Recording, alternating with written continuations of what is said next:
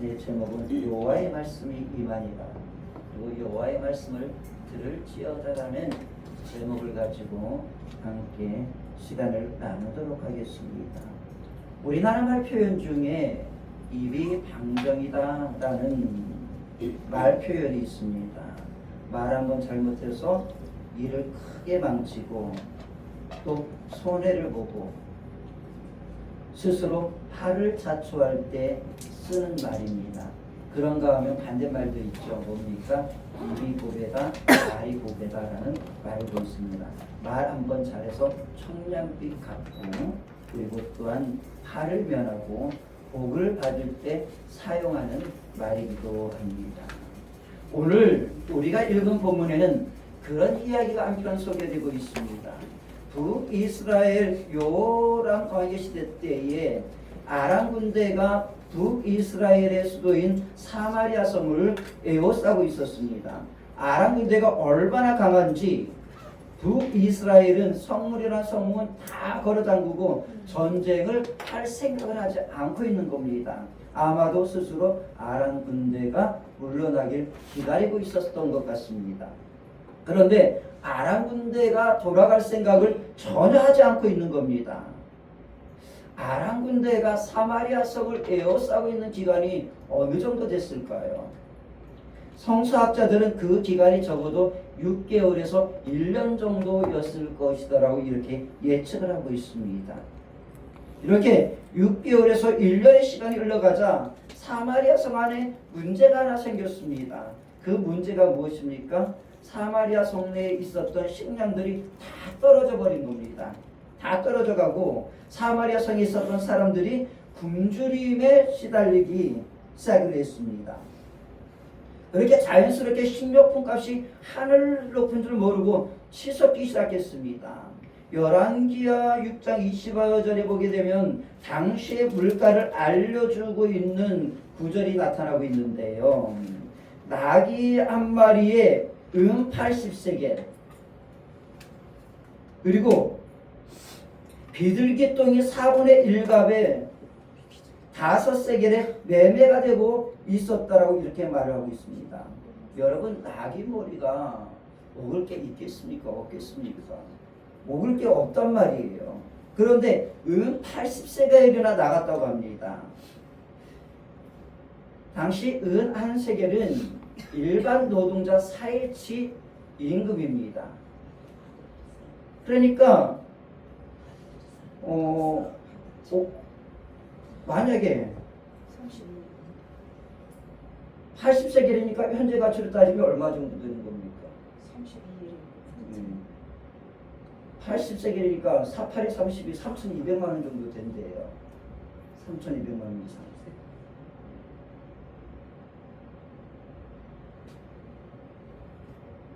나귀 머리 한 마리에 3,200만 원 정도가 거래가 된 겁니다. 그리고 비둘기똥은 4분의 1갑에 5세겔이 거래되어졌다고 말을 하고 있습니다. 비둘기똥은 학자들의 견해에 따르면 실제로 비둘기똥이었다 이렇게 이야기를 하는데요. 비둘기가 똥을 싸고 나면은 그걸 씻으면은 소화되지 않은 것들, 찌꺼기, 음식의 찌꺼기들, 이런 것들을 가리킨다고 말하고 있습니다. 그런데 그 비둘기똥이 4분의 1갑에 5세겔, 지금으로 환산하면 200만 원 정도 되는 겁니다. 비둘기똥이 4분의 1갑이 어느 정도 되냐면요, 보통 1갑은 1.2리터를 얘기합니다. 1.2리터. 이를 4로 나누면은 0.3리터가 되는 것이죠. 그러니까 부피로 따지면은 우리가 마트에 가서 사 먹는 이 생수통 있죠. 이 생수통 3분의 2 정도 되는 겁니다. 이게 0.5리터라고 되어 있더라고요. 네, 500ml 0.5리터라고 되어 있습니다. 여기 3분의 2 정도 되는 거겠죠. 이 3분의 2가 얼마에? 200만 원에 이렇게 매매가 된 겁니다. 오늘날로 이렇게 따진다고 한다면 라면 한 봉지가 200만 원 정도 된다고 한번 생각을 해보세요. 라면 한 봉지에 200만 원이 나간다. 생각만 해도 끔찍한 일입니다. 지금 한국이 고물가인데요. 지금 경제가 지금 바닥을 달리고 있습니다.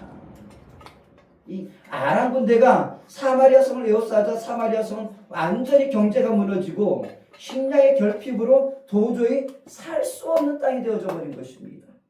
돈이 있어도 비둘기똥도 구하기가 하늘의 별 따기만큼 힘들었던 겁니다. 먹을 것을 구할 수 없는 지경까지 이르자 결국 백성들 사이에 어떤 일이 일어났습니까? 우리가 잘 알고 있는 사건이 일어나죠.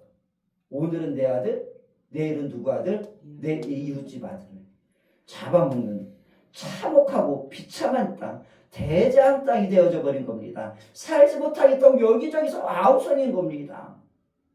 이런 현실 앞에서 이스라엘 왕은 망연자실하고 옷을 찢고 굵은 베옷을 입었습니다.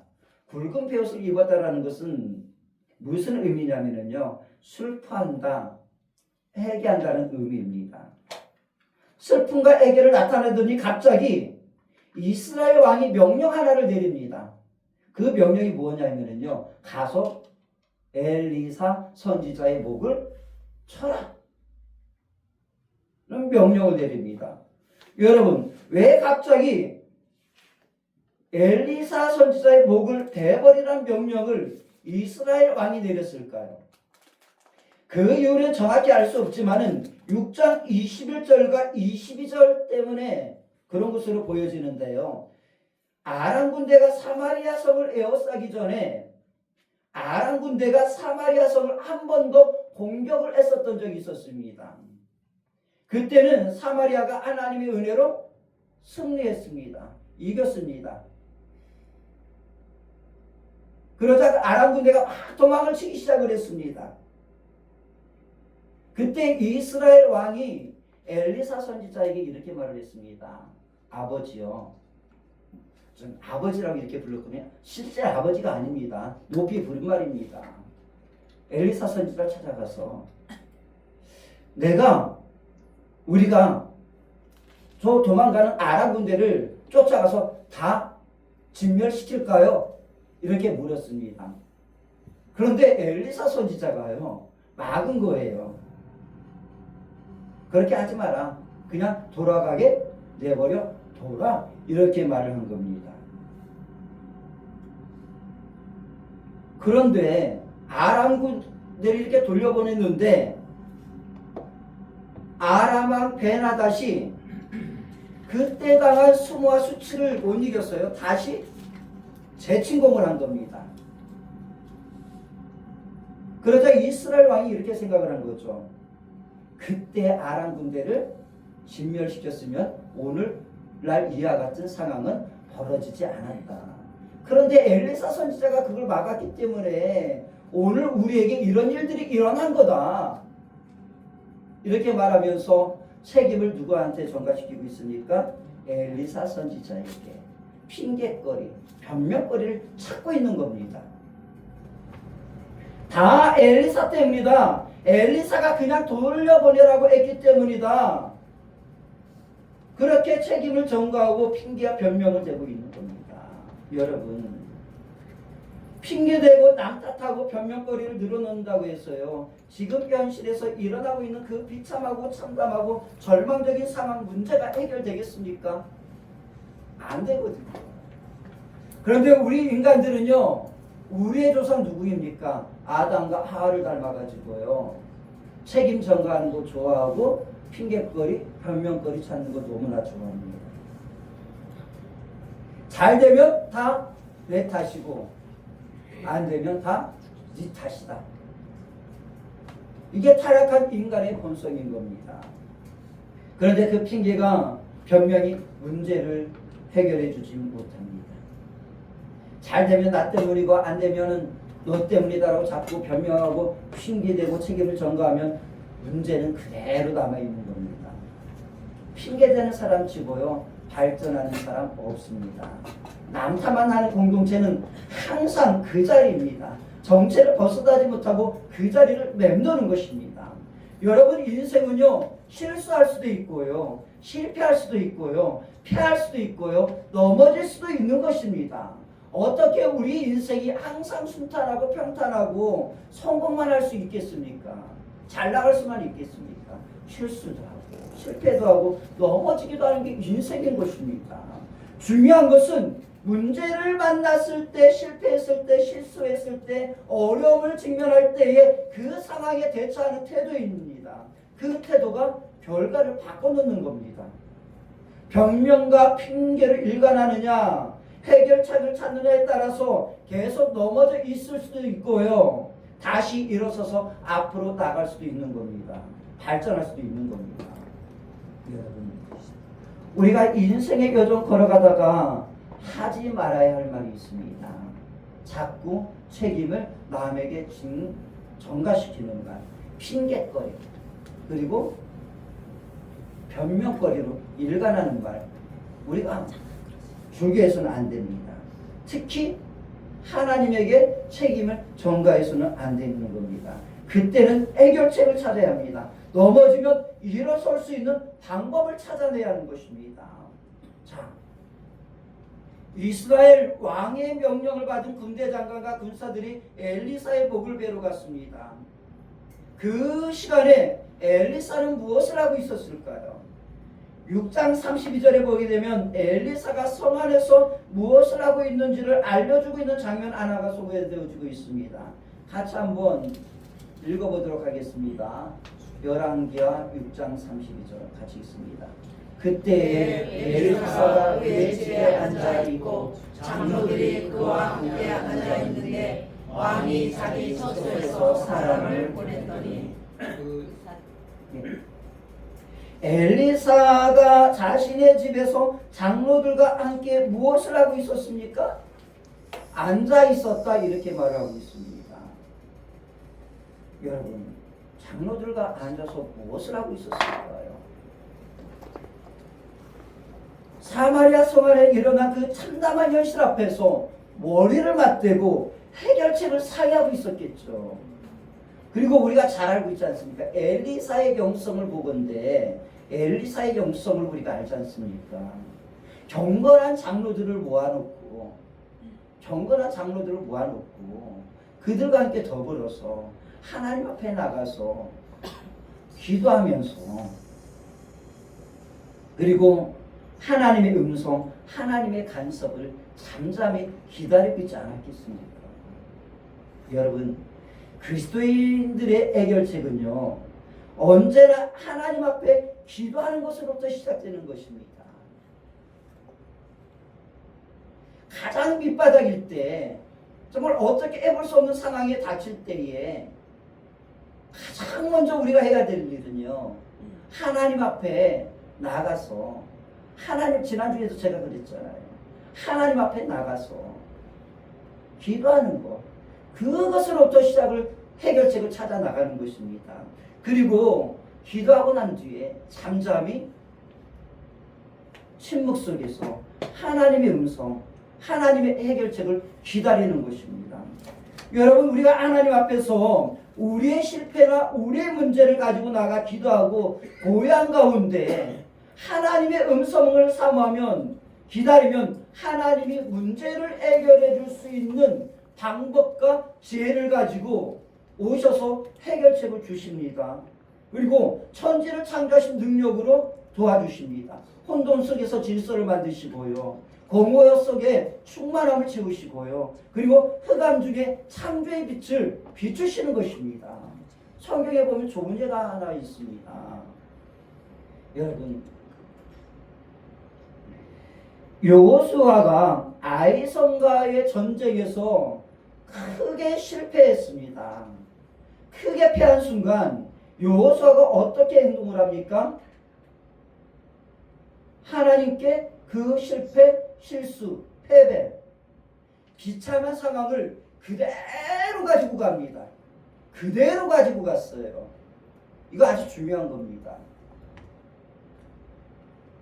그대로 가지고 갔다는 거예요. 더하거나 빼지도 않고요. 그 상태 그대로 가지고 갔습니다. 그랬더니 하나님이 어떻게 합니까?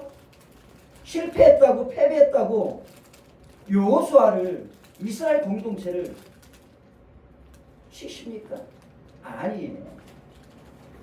여호수아가 아이성을 친 실패를 가지고 왔더니, 패배를 가지고 왔더니, 비참함을 가지고 왔더니 하나님께서 실패의 원인을 아주 정확하게 알려주십니다.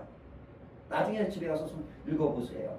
실패의 원인 정확하게 알려주시고요. 실패의 원인뿐만 알려주실 뿐만 아니라 승리할 수 있는 방법도 아주 정확하게 알려주십니다. 지혜까지 주십니다. 그래서 여호수아가 패배를 딛고 크게 승리합니다. 여러분, 실패하고 넘어지면 실패한 모습 그대로, 넘어져 있는 모습 그대로 하나님 앞에 나와 하나님께 기도하고 잠잠함으로 하나님의 음성을 기다릴 수 있는 성도가 되시기를 주의 이름으로 축복합니다. 시편 60편 5절에서는 고백하기를 나의 영혼아 잠잠히 하나님만 바라라. 물은 나의 소망이 그로부터 나오는도다. 오직 그만이 나의 반석이시오 나의 구원이시오 나의 요새시니 내가 흔들리지 아니하리로다. 나의 구원과 영광이 하나님께 있으며 내 힘의 반석과 피난처도 하나님께 있도다. 백성들아 시시로 그를 의지하며 그의 앞에 마음을 토하라. 그의 앞에 마음을 토하라. 하나님은 우리의 피난처시로다 말씀하고 계신 것입니다. 또한 잠언 16장 3절에서 말씀하시기를 너희의 행사를 여호와께 맡기라. 그리하면 너희 경영하는 것이 이루리라고 말씀하고 계신 것입니다. 여러분, 실수하면, 실패하면, 패배하면 그때는 낭망하지 마시고 절망하지 마시고 하나님 앞에 나가 기도하실 수 있기를 우리 주 예수 그리스도의 이름으로 축원합니다. 그렇게 엘리사의 목을 베기 위하여 군대 장관과 군사들이 엘리사가 있는 곳에 도착을 했습니다. 그러자 엘리사는 문을 열어주지 못하게 합니다. 그리고 7장 1절에서 여호와의 말씀을 선포합니다. 드디어 하나님의 말씀이 엘리사에게 이스라엘 공동체를 구원할 말씀이 임한 겁니다. 그 말씀이 무엇입니까? 오늘 우리가 읽은 본문인데요. 한 번 더 읽어보도록 하겠습니다. 같이 읽습니다. 시작. 엘리사가 이르되 여호와의 말씀을 들을지어다. 여호와께서 이르시되 내일 이맘때에 사마리아 성문에서 고운 밀가루 한 쌀을 한 세겔로 매매하고 보리 두 수알을 한 세겔로 매매하리라 하셨느니라. 자, 엘리사가 뭐라고 말합니까? 밀가루 한 수알을 한 세겔로, 보리 두 수알을 한 세겔로 매매할 것이다 이렇게 말하고 있습니다. 언제? 내일 이맘때. 내일 이맘때입니다. 여러분, 한 쌀은 어느 정도 부피 되냐면요 7.33리터 정도 된다고 합니다. 7.33리터 7.33리터 되니까 제가 가져왔어요. 이게 2리터랍니다. 이게 몇 개입니까? 6개입니까? 4개입니까? 6개 정도, 4개에서 뭐 6개 정도 되겠죠. 그 정도 되는 겁니다. 생각해 보세요. 이게 가능합니까? 지금 먹을 수 없는 음식 찌꺼기 비둘기똥 300마리가 5세겔 200만 원에 거래되고 있는 상황인데 내일이면 밀가루 7리터를 그것도 최상급 밀가루 7리터를 한 세겔에 그리고 보리 두 수와 14리터를 한 세겔이면 살 수 있다는 겁니다.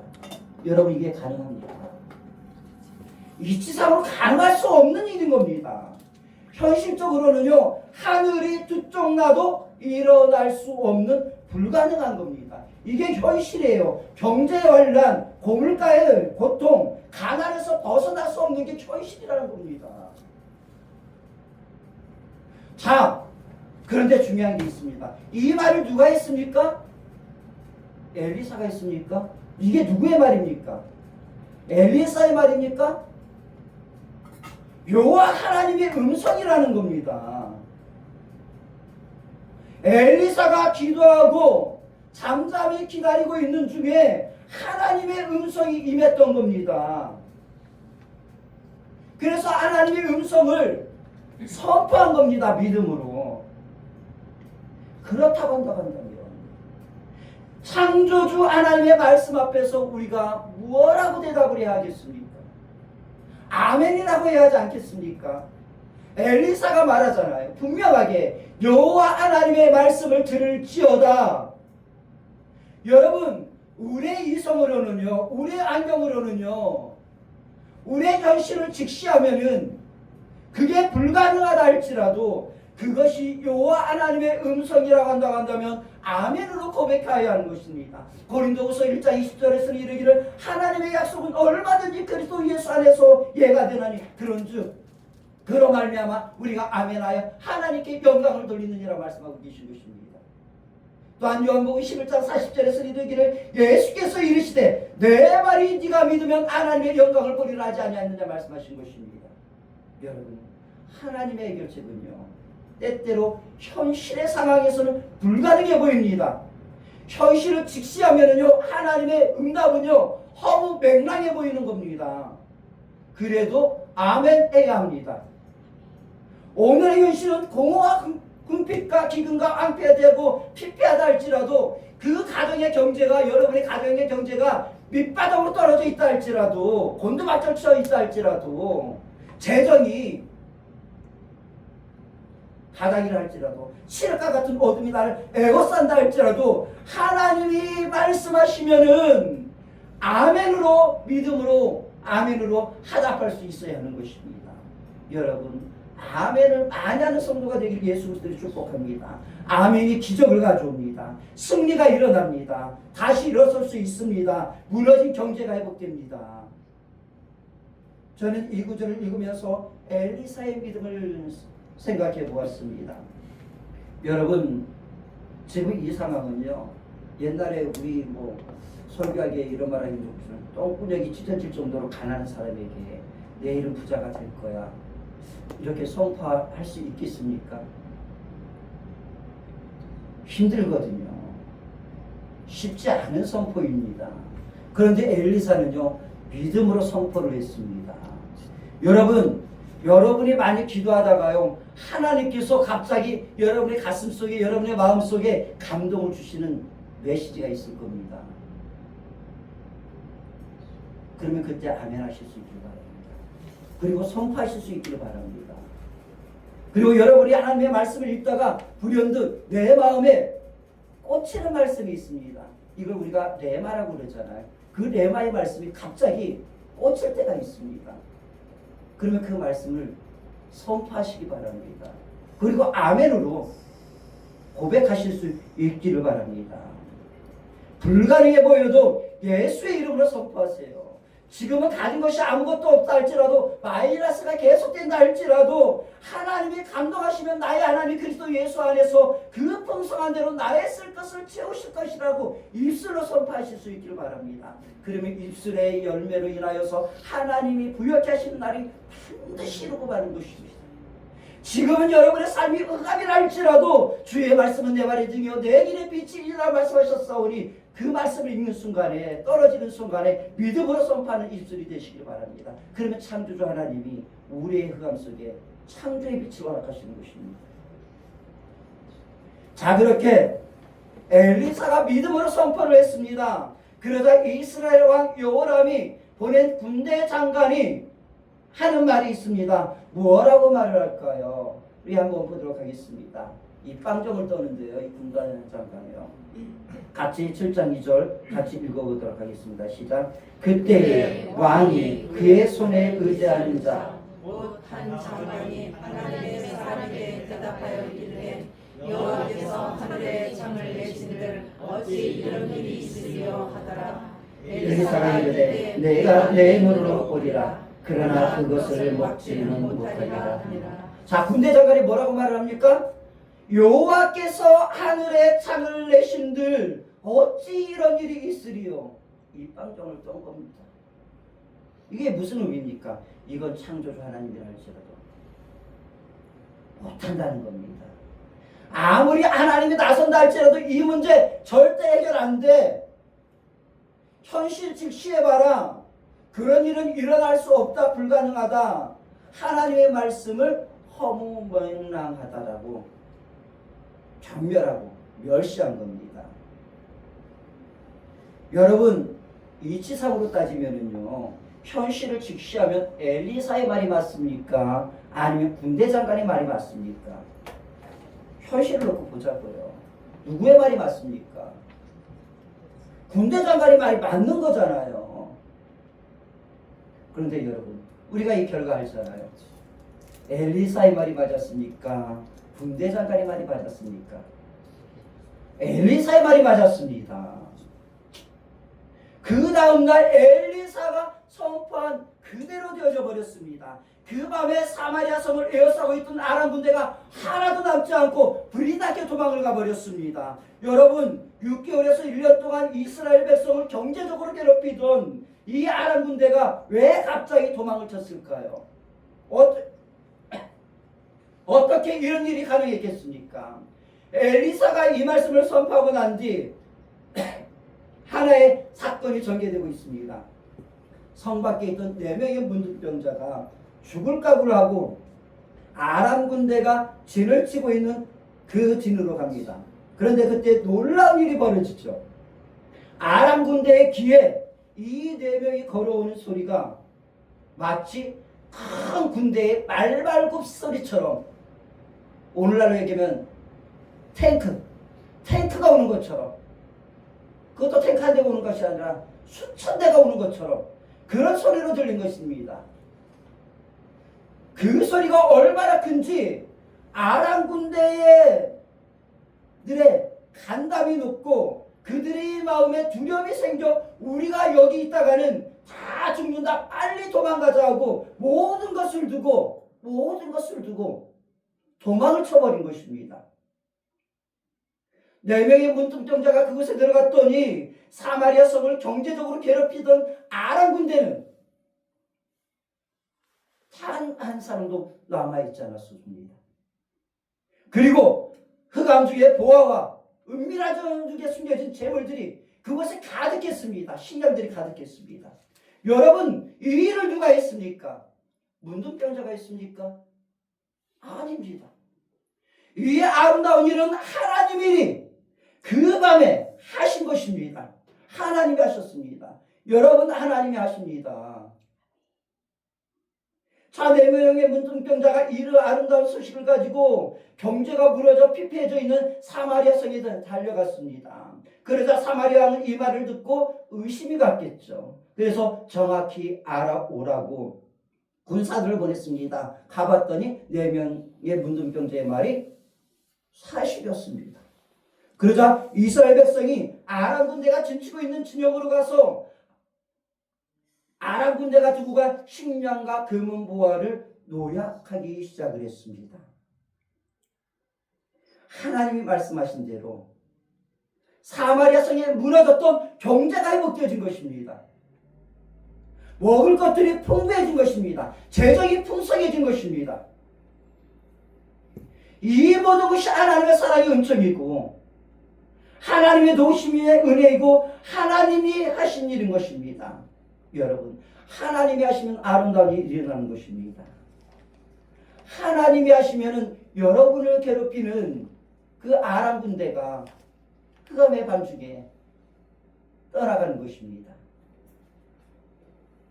자, 그러면 여호와께서 하늘의 창을 낸들이라고 말하며 하나님을 비웃고 하나님의 말씀을 조롱하고 하나님이라 알지라도 못한다고 말하며 입방정을 떤 그 군대 장관은 어떻게 되었을까요? 열왕기하 7장 17절을 보게 되면 이런 기록이 있습니다. 왕이 그의 손에 의자였던 그의 장관을 세워 성문을 지키게 하였더니, 성문을 지키게 했습니다. 그런데 백성들이 아람 진영에 가면, 아람 군대가 있었던 진영에 가면 먹을 것이 풍성하다 하면서 막 달려가기 시작을 했습니다. 그 달려가는 걸 막으려고 이스라엘 군대 장관이 막아섰겠죠. 그런데 그 밀려오는 물결을 어떻게 막을 수 있겠습니까? 그 민중의 물결을 말발굽을 발굽을 막을 수 없었던 겁니다. 결국 어떻게 됐습니까? 백성들의 발에 밟혀 죽어버린 겁니다. 엘리사의 말대로 된 겁니다. 봤어요. 고운 밀가루 한 사가 한 세겔에 팔리는 걸 봤습니다. 그런데 눈으로 보기는 봤지만 그것을 먹지는 못하고 죽어버린 겁니다. 여러분, 잠언 8장 12절에 보게 되면 죽고 사는 것이 혀의 입에 달렸나니 혀를 쓰기 좋아하는 자는 혀의 열매로 먹으리라고 말씀하고 계신 것입니다. 하나님을 멸시하고 하나님을 조롱하며 여호와가 하늘에 창을 내신들 어찌 이런 일이 일어날 수 있겠느냐라고 입방정을 떤 군대 장관은 눈으로 보기는 보았지만은 먹지는 못하고 백성들의 발에 밟혀 그대로 죽어버린 것입니다. 그러므로 사랑하는 성도 여러분, 여러분의 혀를 조심하실 수 있기를 바랍니다. 우리의 혀는요, 우리를 살리기도 하고 죽이기도 하는 것입니다. 우리가 자꾸 죽는다 안 된다 그러면은요, 내 몸이 죽어가고요, 내 상황이 죽어가고요, 내 환경이 죽어가는 겁니다. 안 되는 상황으로 자꾸 바뀌는 겁니다. 그런데 산다 살아난다 이렇게 말하면 하나님의 말씀은 살아있고 운동력이 있어 좌우의 어떤 날성보다 이리하여 홍과 영과 간절과 골수를 찔러 쪼개기 때문에 말씀을 계속적으로 선포하면은요, 하나님의 말씀을 계속적으로 선포하면 그 말씀이 우리 몸과 홍과 영과 간절과 골수를 깊이 찌르고 환경과 그리고 또 여러분의 가정 속에 깊이 들어옴을 통하여서 우리를 살아나게 하고 회복되게 하는 것입니다. 여러분, 그러므로 여러분들의 언어를 삼가 조심하실 수 있기를 바랍니다. 이제 말씀을 마치면서 몇 가지 이야기만 하고 가져갑니다. 여러분, 하나님이 말씀 앞에서 입이 방정이라고 하를 자초하는 말을 삼가시고 하나님 말씀 앞에서 여러분의 입이 보배가 되시기를 바랍니다. 시편 140편 3절에서는 여호와여 내 입술에 파수꾼을 세우시고 내 입술에 문을 지키소서라고 말씀하고 계십니다. 입이 방정이라고 방정 맞은 소리가 나오려고 할 때가 있습니다. 그렇죠? 하루에도 몇 번씩 나옵니다. 그럴 때 입술에 파수꾼을 세우라고 말씀하고 계십니다. 파수꾼을 세우세요. 방정 맞은 말은 무엇이 있을까요? 안 된다. 하나님에도 안 된다. 이제 다 끝났다. 우리는 망했다. 이제 우리는 다 죽었다. 불가능하다. 현실을 봐라. 현실을 보며 우리의 여력은 할 수 없다. 우리 힘으로는 할 수 없다. 누가 우리 힘으로 합니까? 하나님의 힘으로 하는 거죠. 부응하지 못한다. 너 때문에 일이 다 망쳤다. 이 말 많이 하죠. 너 때문에 일 다 망쳤어. 해보기는 하겠지만은 이게 되겠습니까? 이런 말이 방정 맞은 말입니다. 그리고 자기 자랑하는 말, 불평하고 원망하는 말도 방정 맞은 말입니다. 이런 말을 해서는 안 됩니다. 그리고 입이 보배라고 보배로운 말을 하실 수 있기를 바랍니다. 보배로운 말은 무엇일까요? 첫 번째로는 하나님의 말씀입니다. 하나님의 말씀. 하나님 말씀 그 자체가 보배로운 말입니다. 우리 다 같이 한번 읽어보도록 하겠습니다. 시편 119편 103절. 주의 말씀이 내 입에 꿀보다 더 단하리다. 자, 첫 번째는 하나님의 말씀 자체가 보배입니다. 그러니까 우리 스스로에서 하나님의 말씀을 자꾸 읊조려야 하는 것입니다. 그리고 두 번째로는 아멘입니다. 하나님 말씀 앞에서 아멘 하실 수 있기를 바랍니다. 고린도서 1장 20절 같이 읽어보도록 하겠습니다. 하나님의 약속은 얼마든지 그리스도 안에서 이해가 되니 그런즉 그로 말미암아 우리가 아멘하여 하나님께 영광을 돌리게 되느니라. 아멘. 여러분, 아멘을 많이 하세요. 하나님의 말씀 앞에서 아멘을 많이 하실 수 있기를 바랍니다. 아멘 하면은요, 기적이 일어납니다. 세 번째는 믿습니다입니다. 믿습니다라는 말을 많이 고백하실 수 있기를 바랍니다. 하나님이 무엇을 말씀하시든 하나님이 말씀하셨으니 그대로 됩니다. 나는 이걸 믿습니다로 고백하실 수 있기를 바랍니다.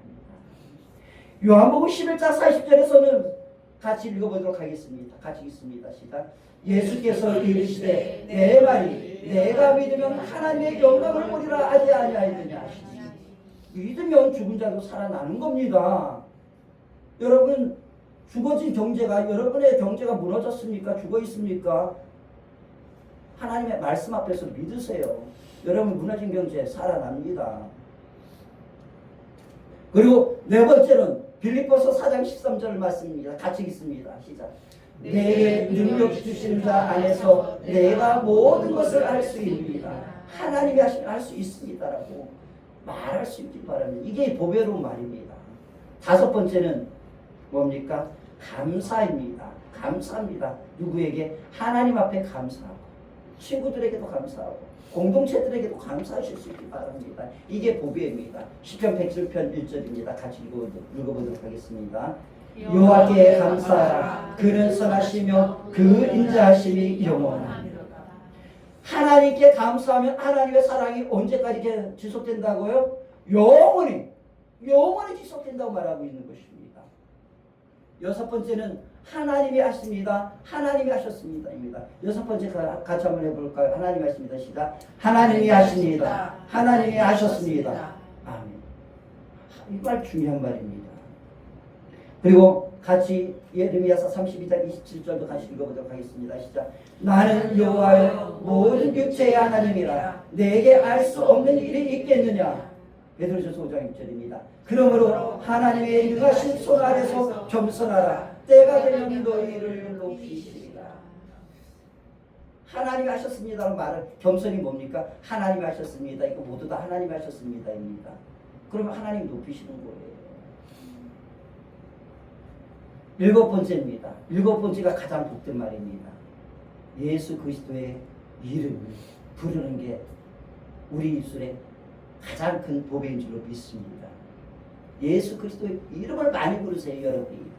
그러면서 선포하시고 명령하시기 바랍니다. 사도행전 3장 6절 같이 읽도록 하겠습니다.